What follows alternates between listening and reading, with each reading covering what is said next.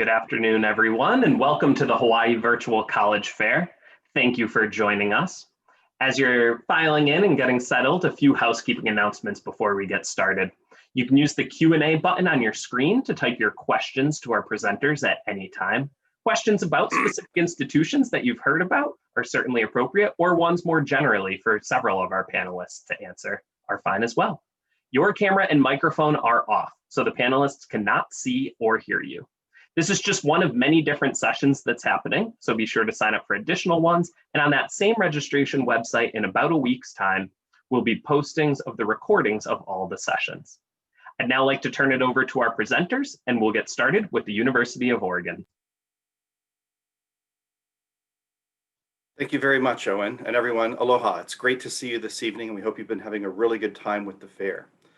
My name is Jim Rollins. I'm Director of Admissions and an Assistant Vice President at the University of Oregon, where I've been happy to be a part of a school that's been working with Hawaii students for so many years, and we've had so many wonderful students come our way over time. I'm also joined in the Q&A tonight by Antonio Huerta, a wonderful member of my counseling team who some of you have already been talking with as you look into the University of Oregon. To share a few things with you this evening about us, the University of Oregon is a beautiful campus located in Eugene, Oregon. Some of you may already be familiar with this, even if you haven't been able to travel there lately. And Eugene is a wonderful town of about 250,000 people in its metro area and about 2 hours south of Portland. Now, when you start flying again, you can certainly fly to Portland to visit us, but also to make clear, Eugene is a city that's wonderful enough, big enough that we have our own airport, as well as a lot of other things that make us feel like our own place. But Portland's a wonderful place to visit on the way. You'll hear from a school that's located there later tonight. Eugene itself is a beautiful place, easily considered one of the most beautiful and livable cities in the country. Lots of biking paths, lots of open nature. The Willamette River runs through town. And there's a lot that we're very happy to be a part of in terms of the city that calls us home. The University of Oregon itself is made up of students from many places, and especially Hawaii has always been a state that's been representing itself pretty well on our campus. But also to let you know, we're not just a West Coast school. The University of Oregon has national and international draw and brings in students from all across the country and around the world. When it comes to some of the things we'd want you to know first and foremost about the academics at the University of Oregon, certainly we're always regarded highly in some of the national magazine rankings if you're into that sort of thing. But I'll tell you one of the things we take much more seriously and in which we have much more pride. It's our membership in the Association of American Universities, or AAU. You may not have even heard of the AAU, but you should know that it is widely considered the gold standard of not just a school that does teaching well or research well, but who've really got all those kinds of things going. We're one of only about 3 dozen public institutions in the entire country that are a member of the AAU. What really sets us apart among a lot of those is how heavily undergraduate focused we are. Certainly a lot of schools that are in the AAU have a lot of research tradition going on, but they also have an enormous number of graduate students getting first in line opportunities for those research opportunities. University of Oregon, whether you're in the sciences or anything, we want research to be a part of you pushing the limits on whatever you're learning about. And it's why it's such a good fit that over 80% of our students are undergraduates who, like you, would be working on their bachelor's degree. We don't have time to go through all the majors here, but whether it's on our website or in the emails we're sending you, I hope you'll look into some of the over 200 different majors, minors, and concentrations we offer. Several of these are in the sciences, but we also do a lot of things across business. 22 different languages are taught on our campus, one of the biggest music schools on the West Coast, and a whole bunch of other things that you might find you're interested in as you arrive. Last, if I could tell you one thing in our brief time tonight about who's in our student body, I can tell you that we are incredibly proud of the diversity we bring to our campus. We're one of the top 20 institutions in the country for graduating underrepresented students. We were recently named for I don't even know how many years in a row, one of the top 25 campuses by Campus Pride for LGBTQ-friendly colleges and universities. There's a host of clubs, organizations, and things that are meaningful socially, culturally, and many, many ways for you to find your place at a campus that, again, is not even 20,000 undergraduate students. So you get just enough of the big school experience to get what you're after, go Ducks, but a lot of the institutional specialties that students don't expect to get at a school this large. If you want to apply to the University of Oregon, figuring we've got a lot of seniors online tonight, I'm going to encourage you to realize you can apply any of these 3 ways. The common application is the most common way that students apply to us, but we're also a member of the coalition application, and we also have our own that we simply call the Oregon application. Bottom line is you can use any of these three, and we're not going to give you a preference no matter which one you choose. Also, you should know that even though we have a deadline coming up pretty soon, our early action or EA deadline of November 1st, we are an institution who sadly is unusual to not make any difference in your chances of admission at all, whether you apply early or by our regular deadline in January. So if you're ready to apply soon, great, but absolutely don't think for a minute that it's going to make a difference in your chances of admission. We want you to apply when you're ready. We even give you a little time to turn in documents as you need to. As it goes for scholarships and some of the other things we do with that, you should know that we regularly give out a lot of money to help students afford the University of Oregon. With our most recent example of about $250 million there, we have our scholarships come forward in a lot of different ways that, especially due to the pandemic, we've really been happy to get rid of test scores as a requirement or even a factor in any of our scholarships. You'll notice here on this brief slide some of the most common scholarships we offer, including the UO Summit and Apex Awards that have automatic GPA requirements. Others like stamps and diversity will require you to fill out a little bit more. As you learn more about the University of Oregon and you ask me or Antonio questions tonight, I hope you'll continue to explore us online. We're very excited that next Friday we'll start offering what's called our fall preview programs, and you can learn about those, a 360 experience of campus, and much more at virtual.uoregon.edu. Thanks very much. Great, thank you so much, Jim. Up next is the University of Portland. All right, let's go ahead and get started. Thank you so much for being here, everybody. Aloha from University of Portland. I appreciate everybody navigating these virtual experience waters. It's new for all of us, but you are troopers, and I want to wish all of you the best in your college admissions exploration experience. Go ahead and take a picture of this first slide that I've got up here. Matthew Deschner, University of Portland, and then my email is there as well.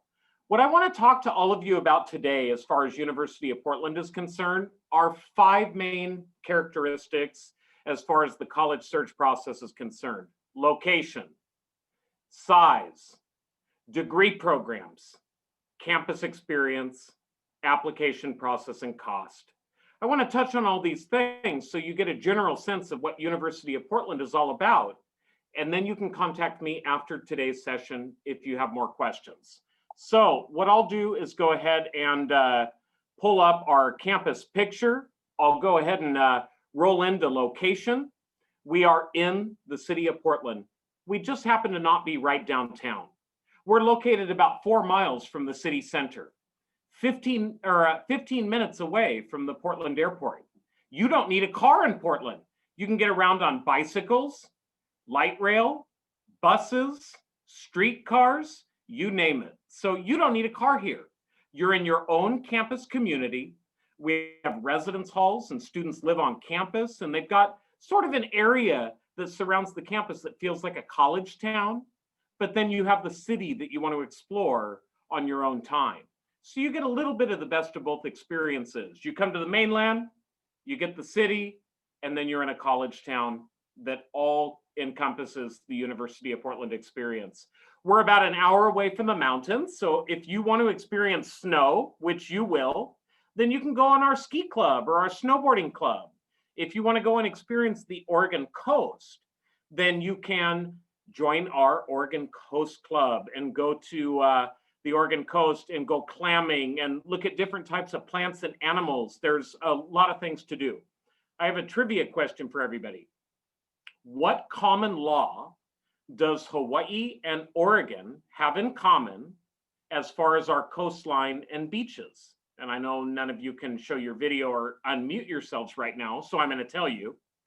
There is no such thing as private ownership of land on the Oregon coast, same as in Hawaii. It's available to everybody. We cherish this aspect as far as the state is concerned. You can go and explore all of the coastline and the beaches and the different things that Oregon has to offer. And this extends into all of our nature and mountains and hiking and kayaking. This is a place where we want you to be able to grow as individuals and explore the region. So when you come to the University of Portland, you will be a Pacific Northwest student while you're here, and you'll be living in a place that's beautiful, that has so many different types of things to offer in all 4 seasons: hot, cold, snow, rain, all of those things. By the way, my students from Hilo, you adapt to the University of Portland and the Pacific Northwest culture so much easier because of our rain. So with that said, keep in mind our location. We're small. We're actually a very unique university in the Portland area. We're a small private Catholic university. So I'm going to talk about those 3 things. We have 4,000 students. All 50 states are represented on campus. We have over 42 countries represented at University of Portland as well, so lots of international students. But if you cut the mainland in half, most of our students come from the west side. So if you look at the 4 main states that are here: Oregon, Washington, California, and the Aloha State. So we've got Hawaii is state number 4. 10% of our 4,000 students attend University of Portland from Hawaii. We have a robust Hawaii club, one of the largest luau's in the Pacific Northwest. Every single year in the spring, you'll hear about University of Portland's luau. And what this also means is that your classroom experiences will be small. 25 is the average class size. Your professors are going to know your names. You're going to know their names. You're going to get to know your classmates. You're going to attend class. Attendance is required. And you're also going to take an active role in your learning by raising your hands in class, contributing your thoughts and ideas. You're going to ask great questions, and you're going to form study groups. All of this is going to happen based on our location and size. What do we offer as far as degree programs? That's one other thing I wanted to talk about today, category number 3. We offer nursing, engineering, business, education, and we offer a College of Arts and Sciences with programs in biology and chemistry and physics and environmental science, and programs that kind of launch into pre-medicine and physical therapy and dentistry and occupational therapy, and the list goes on. We can help you get to where you want to be after your bachelor's degree if you're interested in pre-health professions. All of our programs offer real-world experiences. If you're a nursing student, you're going to work in hospitals to become an RN, a registered nurse. If you're a business or engineering student, internships are required. If you're interested in education, you're going to be engaged in student teaching. We require over 1,000 hours for either elementary or secondary education student majors, and for students that are interested in humanities, social sciences, foreign language programs, things like that, you're going to have access to all of the different types of undergraduate research, and you're going to be able to work with professors directly to engage in the local community and get a working resume. You're going to have a lot of experience as far as that's concerned. Since we're not downtown, I want to move on to campus experience. We are residential. Students live on campus. We have residence halls for students that are interested in living on campus, great neighborhood, clubs, intramurals, Division I sports, all of those great things. And so I want you to explore University of Portland further.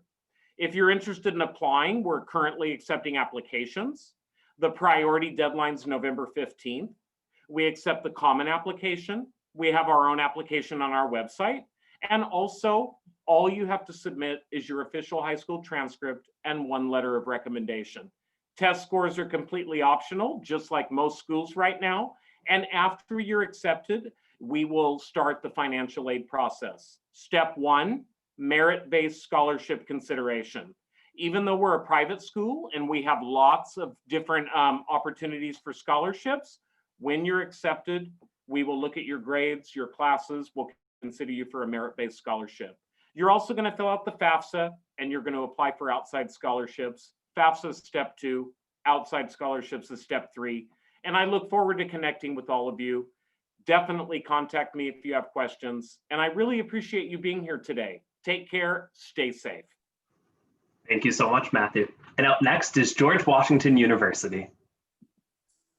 Hi, friends. My name is Andrea Frangi, and I'm the Regional Director of Admission for the George Washington University. Going to give you a bit of an overview of GW. We are located in our nation's capital, and you'll see here GW is considered a mid-sized private research university. Those are probably terms that you've heard, but don't necessarily know what they all mean. Mid-size means that we have just over 10,000 undergraduate students. And from a personal experience perspective, that means that your average class size is going to be 29. More importantly, the largest class size that we have at GW tends to be our Econ 101 course with about 140 students in it.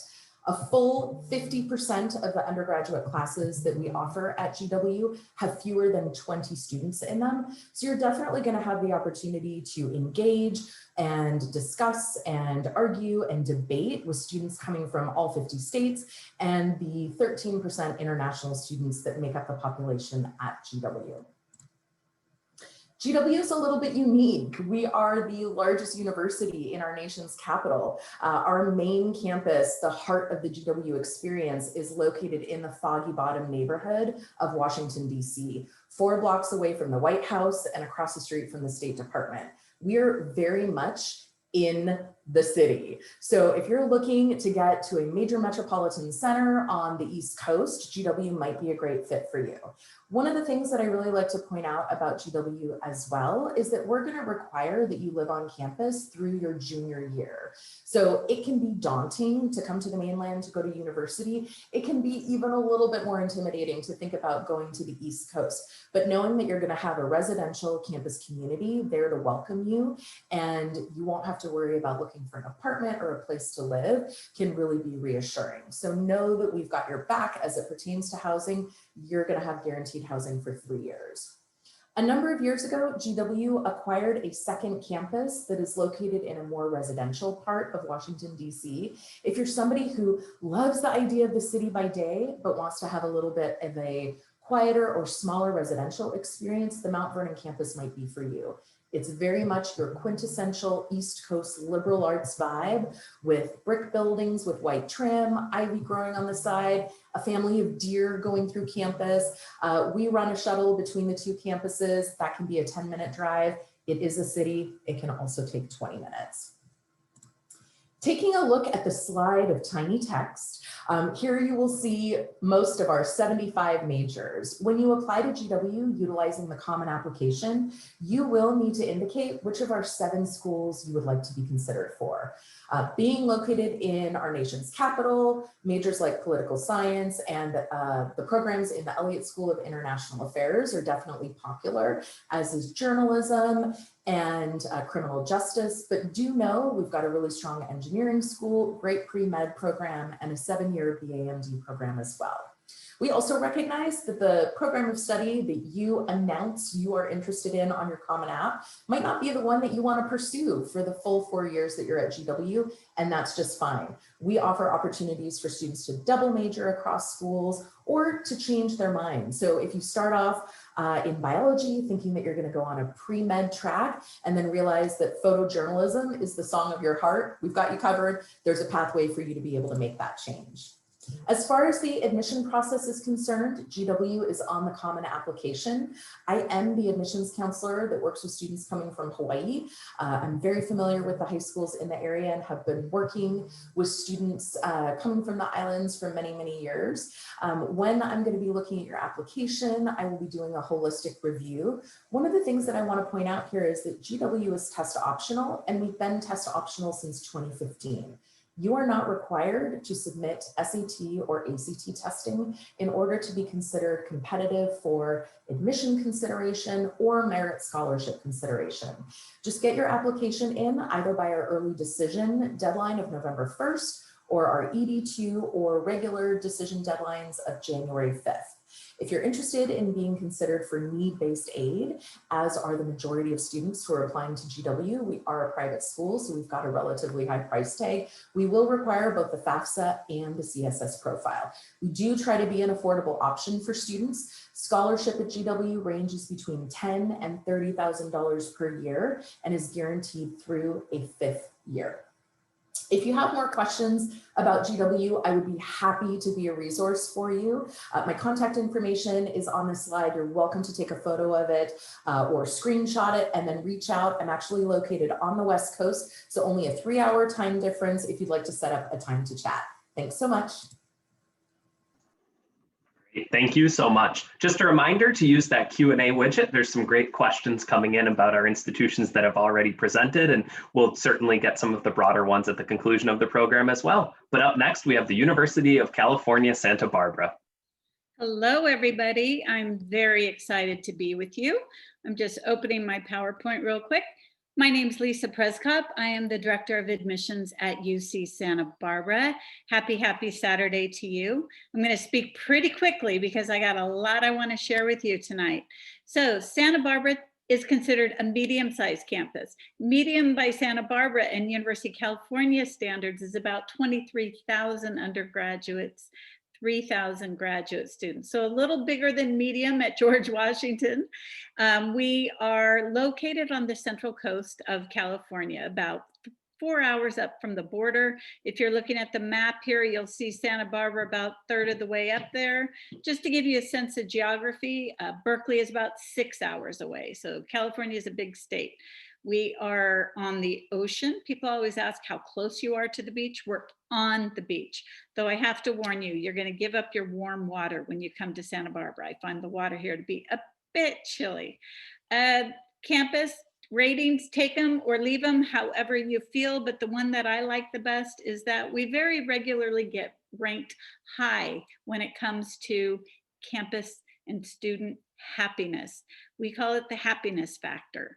When you talk to a student at Santa Barbara and you ask, why did you choose UCSB? The most frequent answer that you're going to get is, I was looking for balance. I wanted a top-ranked school, but I preferred it in a little bit more laid-back environment. So students at Santa Barbara find that happy balance. We have the Nobel Prize winners. We have the world-famous faculty. We have the leaders in research. Those are the people who will be teaching your classes. But outside of the classroom, you're going to find us a little bit more relaxed than some of the other campuses. We are very much a residential campus. And in fact, 80% of our students live within a square mile of the campus. We're also a biking campus. So you see some bicycles in this photo here. We have 7 miles of bike paths throughout the campus. So everywhere you need to go, you're on your bike, you're on your skateboard, your friends are going to live a 5 to 10 minute bike ride away from you at most, which is one of the reasons people love it so much here. Your housing is guaranteed all 4 years, and transportation back and forth to Hawaii is actually quite easy. There's a bus that you catch right next door to campus called the Santa Barbara Airbus.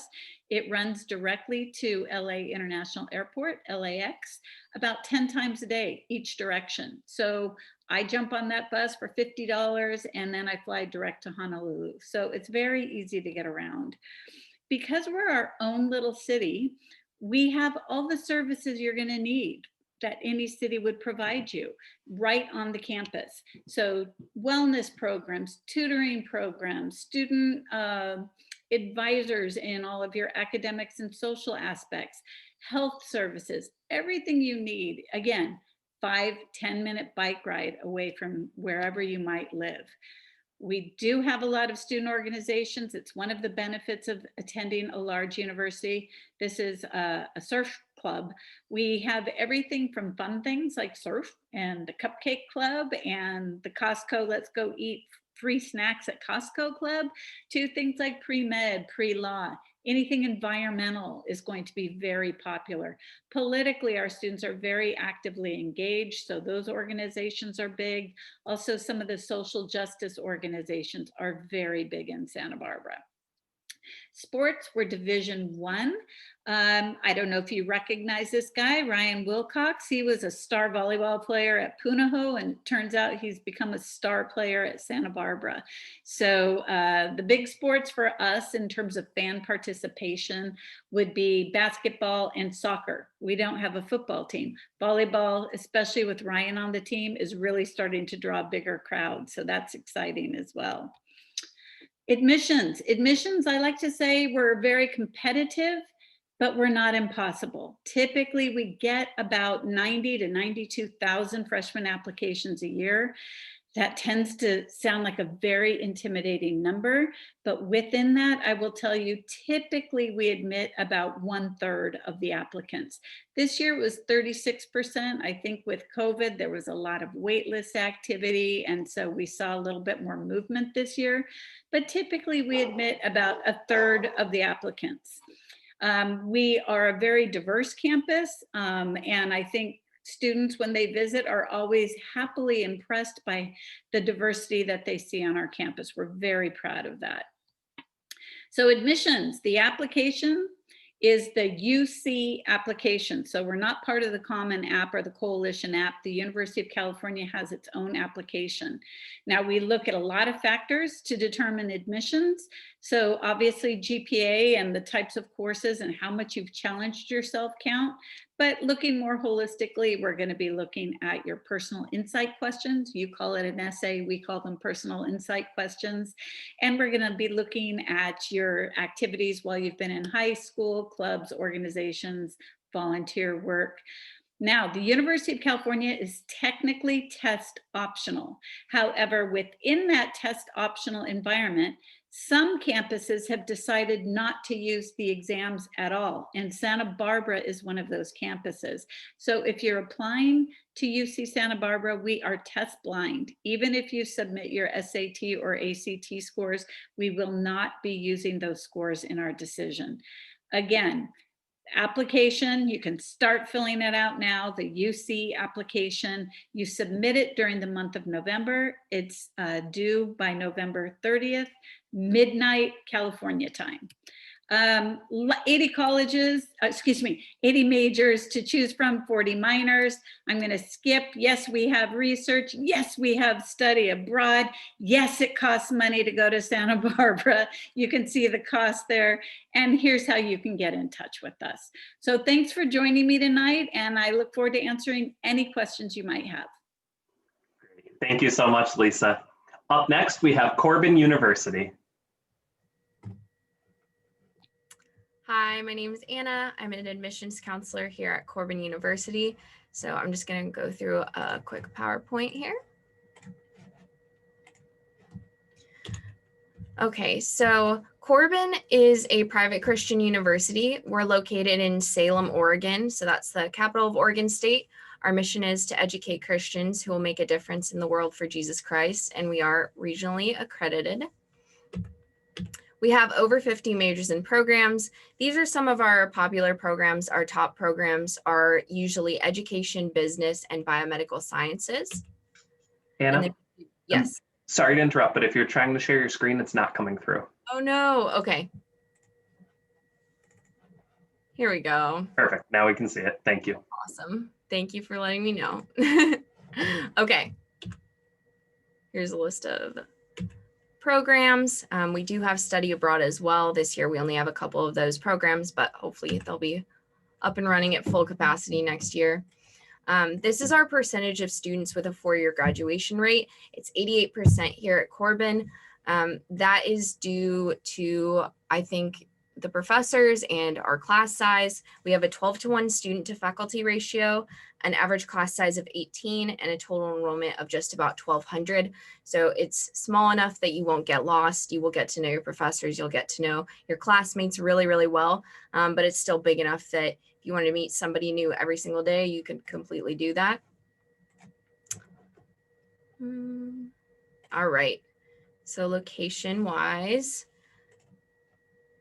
we are on a hill and it's a little bit more of a country setting, but it's just 15 minutes from downtown. So it's a really beautiful campus, a really good location to be in. We are the safest college campus in Oregon. We have 24/7 security, and we're also the top 10 safest in the US.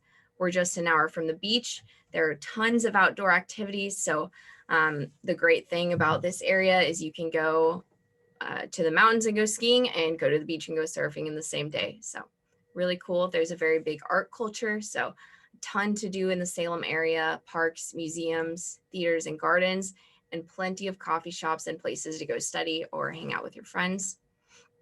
Financial aid. So you are actually guaranteed at least an $8,000 academic scholarship once you are accepted into Corbin. So here's our full cost breakdown. It's about $44,000 sticker price, but nobody pays that. The average student pays about 1/3 of that. So here's a kind of a chart of our academic scholarships. We are SAT optional. So you can also write an academic essay or have an academic reference that will grade as an SAT score and then plug it in with your GPA. And that's what your scholarship will be, automatically renewable every year.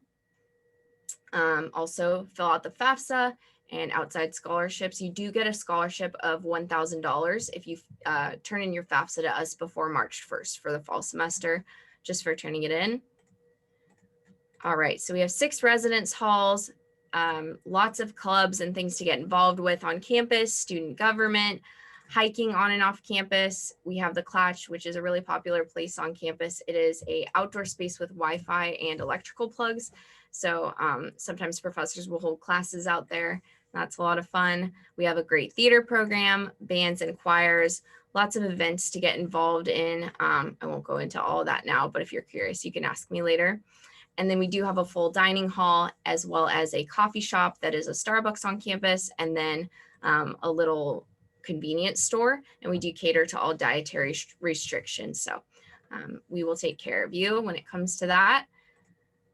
Okay, so we are the Warriors. We do have 17 different athletic teams.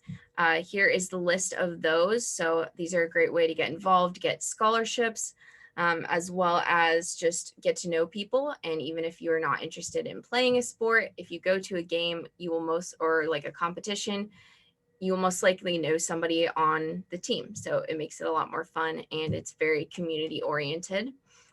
We are in the NAIA and we have won 33 championships so far. If you are interested in sports, let me know and I'll connect you with the coach.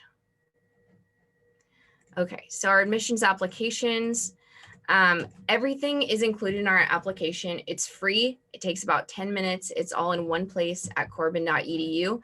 So you have nothing to lose. Fill out the application, see what we can offer you. Along with that comes a faith statement, and then your SAT scores or your alternative. And then you just self-report your high school GPA until you get your official transcripts. And then also if you have any college transcripts from high school, then send those to us as well. This is my office phone number. So feel free to text this phone number, take a screenshot of this, call this number if you have any questions at all. We encourage you visit your top 5 schools. Even if that's not Corbin, a lot of students who come and visit just absolutely fall in love with the campus. You'll really get to see what it's actually like. We have a couple different experiences for that. We have Corbin Experience, which is a full day experience in classes, and you get to go to chapel, you get to meet with a coach, get to meet with an admissions counselor, you'll get a full tour and events, eat the food. You do get $500 scholarship for coming to visit if you do end up coming here. And then submit your application, complete your FAFSA, and then we'll send you your financial aid letter after December 1st once we have all those things.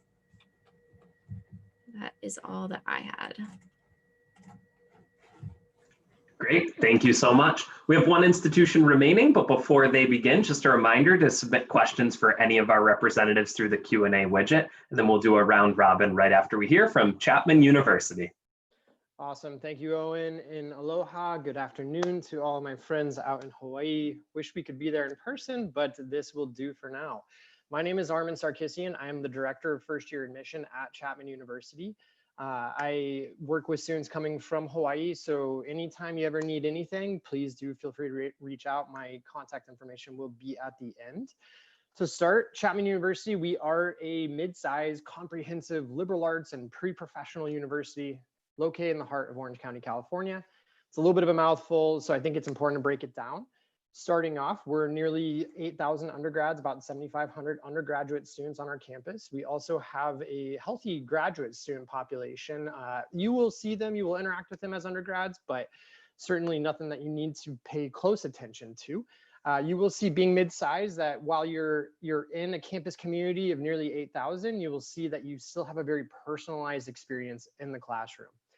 All of our students will really know their professors. Your average class size is 24. They're going to hold you accountable. They're going to expect you to be engaged. We want our students to take the steering wheel of their education and to really lean in. Being comprehensive, we have over 120 areas of study between our majors and our minors. We also have students that are coming from nearly all 50 states, 4 territories, and over 80 countries around the world.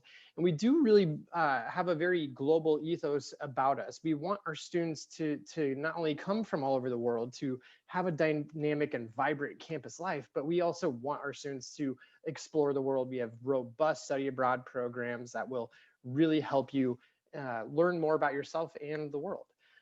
You want to see where we're located. We are in a very beautiful spot in the middle of Orange County, California, in the town of Orange. If you don't know too much about Orange County, we are actually the 6th largest county in the United States. Orange County to me doesn't really feel like that. It's not a big concrete jungle. You'll see that we are spread out. There are great state parks. There are great national parks there nearby. We span 42 miles of beautiful coastline from Seal Beach to San Clemente. That includes Newport Beach, Huntington Beach, Laguna Beach. We are 12 minutes from Disneyland. That's always a big attraction for many of our students. You can ski and surf in the same day, as some of our other colleagues have mentioned today. You can technically take a train that's on the periphery of campus all the way up to Canada if you'd like, and certainly down to San Diego. Orange County is really a great place to live, learn, and grow. But the most important part of our location is the practical nature of it. Our students will have access to over 80,000 businesses across all industries right in our backyard. I'm not even talking about Los Angeles. I'm speaking specifically about Orange County. Chapman is also regarded as one of the top private institutions in all of Orange County, and we do work closely with strategic partnerships to make sure our students get that next step provided for them before they graduate. On that note, 87% of our students within 6 months of graduation have secured a full-time job or are in graduate school. I think that's a really impressive number, especially when you consider the makeup of our campus community. We have a really big performing art campus or college. We also have a great film school, and those are 2 areas that a lot of our students will launch into the workforce right away, but really on the contract side as opposed to full-time. So Orange County is a beautiful place, not just to have fun, but also to be really making big next steps towards the end goal, you know, what my outcome is going to be. When you're on our campus, you'll see that we are regularly updating our facilities. One of the biggest and newest facilities that we've added is our Keck Center for Science and Engineering. This is a 140,000 square foot space, state of the art across the board. All the instrumentation, all the labs, everything that you can imagine is top of the line, and you will have access to it throughout your undergraduate studies. We are just in the process of finishing out our 40,000 square foot engineering wing with Makerspace Labs, 3D printers, machine learning, artificial intelligence, really, really high end stuff. You also see that we have regularly, we're adding new dorms and apartments on campus for students to live on. We talked a little bit about being liberal arts and being pre-professional. This really goes into having a very hands-on experience when you're on our campus. This is a visual representation of how that might manifest in 3 very different ways for students, whether you're science and STEM, whether you're in business and finance, or if you're a student that's going into production and film. You're going to have a very hands-on experience. In fact, 96% of our students, by the time they graduate, will have a very hands-on experience in the classroom. You'll also see that we're fun. You know, it's not just about the academic side. It's not just about being in a cool place, but we also want our students to enjoy their time on our campus. We're Division III with athletics. We have 21 varsity sports. We have nearly 200 clubs and organizations on our campus. You'll see that there are great performing art programs that happen regularly for those that are interested in performing arts. Chapman is a wonderful place for that. When I was a student there many years ago, I didn't realize it at the time, but Twitch, who's a very famous dancer and DJ for the Ellen show, he was a Chapman student at the same time I was there, and you know, now he's kind of world famous. But there's always a lot of fun things that are happening. The last slide that I'm going to leave you with is just really relative to deadlines. We are a Common App school, but I do want to put out there that we have a November 1st deadline that's coming up quickly.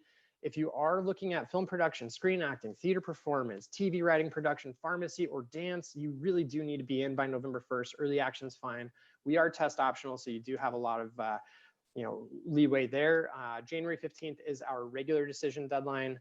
And very lastly is my contact info. And if any of you have your phone out, you can not only take a screenshot, but you can also open up your camera app and take a look at that QR code. That will drive you to our Discover Chapman events that are taking place from now till November 21st. So if you want to learn more about a particular academic area on our campus, if you want to hear about student life and study abroad a little bit more in depth in this 6 minutes, that will be a great place to go and register and sign up for those events.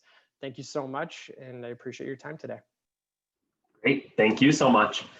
At this point, we'll bring all of our presenters back. And just a reminder, if you have questions specific about the various institutions, feel free to drop those in the Q&A.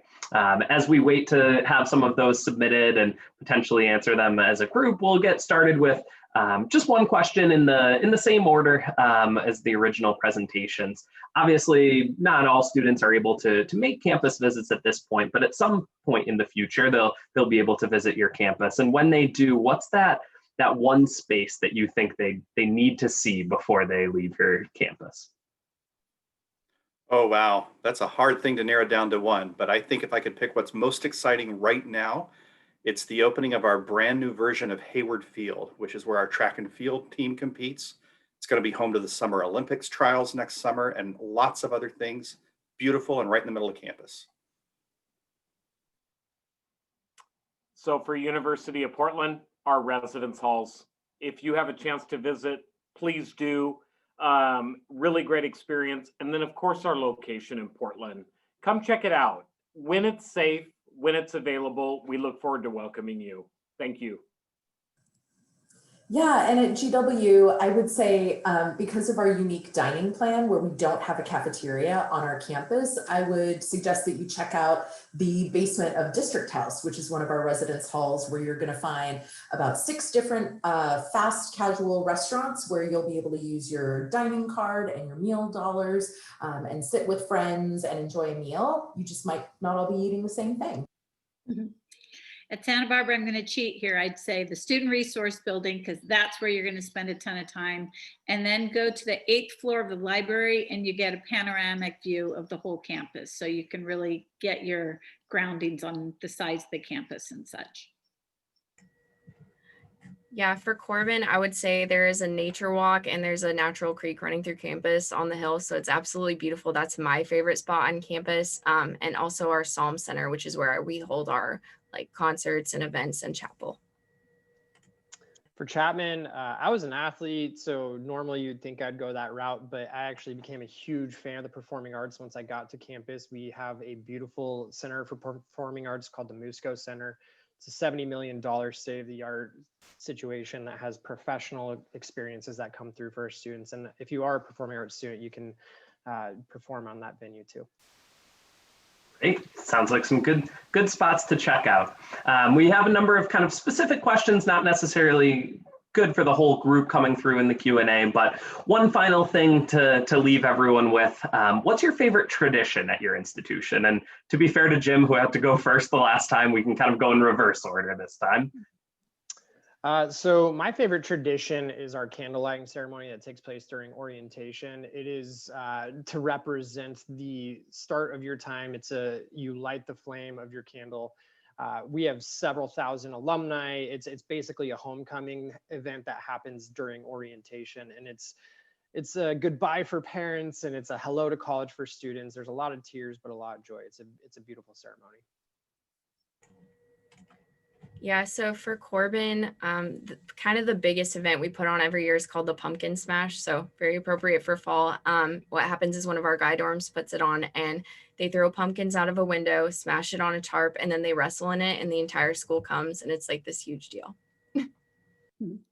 Well, Santa Barbara, we have our ceremonial things, but probably the one you'll most often hear about that's not ceremonial is at our soccer games. Every time Santa Barbara scores, there's a tradition of flinging tortillas across the field. So not Frisbees, tortillas. Don't ask me why, but that's what people throw.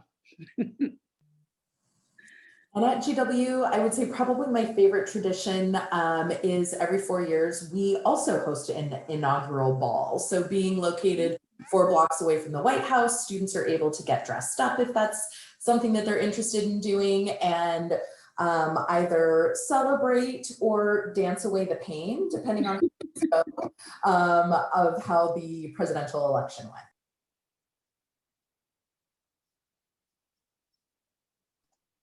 You are muted, Matt.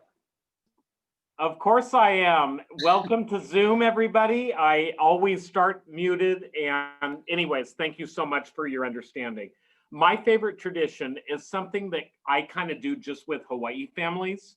And it is when you're ready to move into the residence halls and you've decided to commit to University of Portland, I welcome all of your packages and your boxes and your suitcases and everything that you want to send to campus ahead of time. What I do is I just load everything up into my office and I make sure that they get to your residence halls ahead of time. And so anything that you need before you arrive to campus, I take care of that before you get here. So your sort of tradition and that experience, that's going to be with me. So get in touch. All right, so Owen, let me go last on this one. I've been having all kinds of time to think.